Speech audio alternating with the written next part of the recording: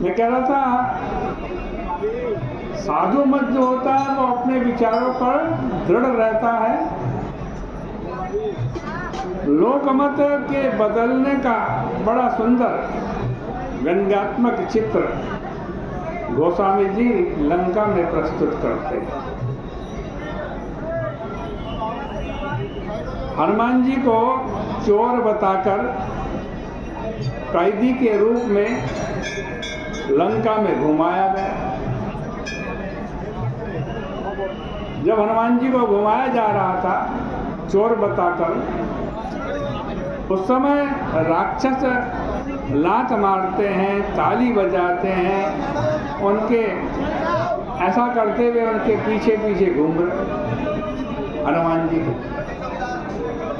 मारहि चरण करहि बहुहासी, बाजहि ढोल देहि सब तारी। अभी तो लात मार रहे हैं, हंस रहे हैं, ताली बजा रहे हैं, और उसके बाद आप जानते हो हनुमान जी की पूंछ में आग लगा दी। जब हनुमान जी की पूंछ में आग लगा दी और हनुमान जी लंका जलाने लगे, तो जितने लोग लात मार रहे थे, ताली बजा रहे थे, वो सब राक्षस एक साथ कहने लगे, क्या हम जो कहा यह कपि नहीं होई, हम जो कहा यह कपि नहीं होई। वानर रूप धरे सुर कोई, वानर रूप धरे सुर कोई।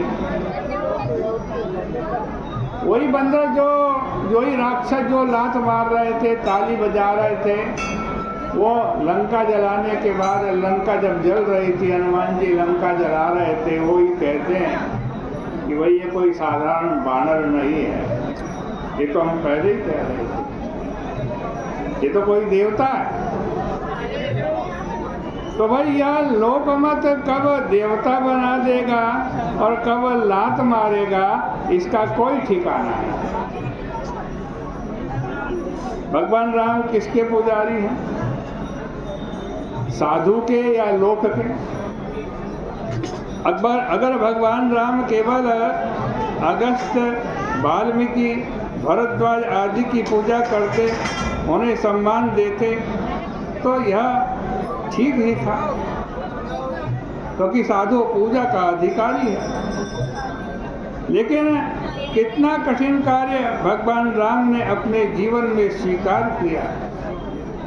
भगवान राम से पूछा गया कि यह जो प्रतिपल बदलने वाला लोकमत है, उसको आप महत्व देते हैं या नहीं देते?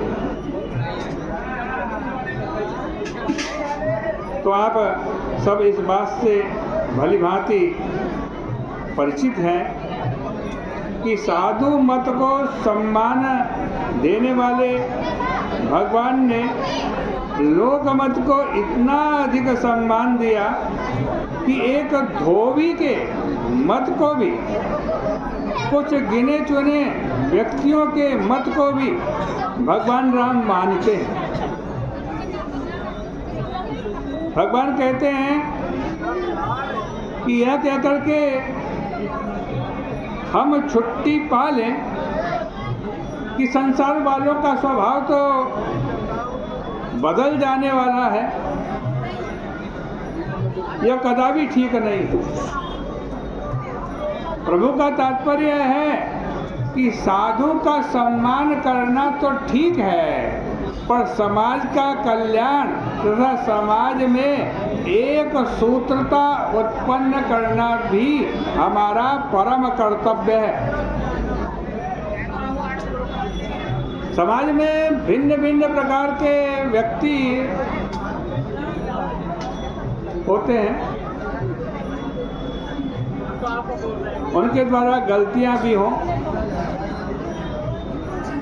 कभी उनके द्वारा मिथ्या लांछन भी लगे, फिर भी हमें अपने चरित्र के द्वारा, अपने त्याग तथा तप के द्वारा उनके अंतःकरण को बदलने की चेष्टा करनी चाहिए। इसके द्वारा मानो भगवान राम ने यह संकेत किया कि साधु मत को सम्मान देने का अर्थ यह नहीं है कि लोक मत की उपेक्षा की जाए। अब भगवान श्री राम जी से पूछा, आपके इष्ट देव कौन है? आपके इष्ट देव कौन है? तो भगवान राम ने यही कहा, आराधनाय लोकस्य। मेरा इष्ट देव तो सारा समाज है। भगवान राम लोग को ही अपना इष्ट देव मानते हैं।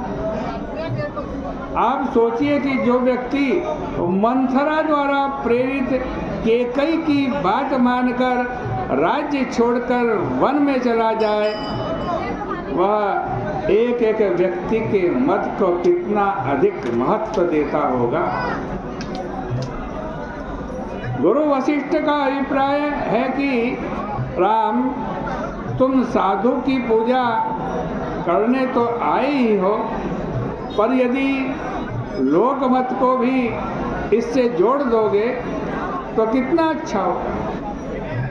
और इतना ही नहीं, वे कहते हैं कि इसके साथ साथ राजनीति और वेद नीति, राजनीति और वेद नीति में भी सामंजस्य स्थापित होना चाहिए। उनका वाक्य भी यही है, करब साधु मत लोक मत नृपण नर निगम निचोरी। राम जी, आप ऐसा काम करो जो साधु मत से भी सही हो, लोक मत से भी सही हो, राजनीति में भी सही हो और वेद नीति में भी सही हो। किंतु समस्या यह है कि राजनीतिज्ञ की दृष्टि तात्कालिक लाभ की ओर होती है और वेद की दृष्टि पारलौकिक लाभ की ओर होती है। अब प्रश्न यह है कि व्यक्ति को लौकिक लाभ की ओर ध्यान देना चाहिए या पारलौकिक लाभ की ओर? और इसका उत्तर यही है कि व्यक्ति को जीवन में दोनों की ही आवश्यकता है, क्योंकि हमारे सिर में अगर पीड़ा होती है तो हमें दो चेष्टाएं करनी चाहिए। सिर में दर्द हुआ है ना, तो दो चेष्टाएं। एक तो यह कि तुरंत ही पीड़ा की तीव्रता मिटे, ऐसा कोई उपाय किया जाए।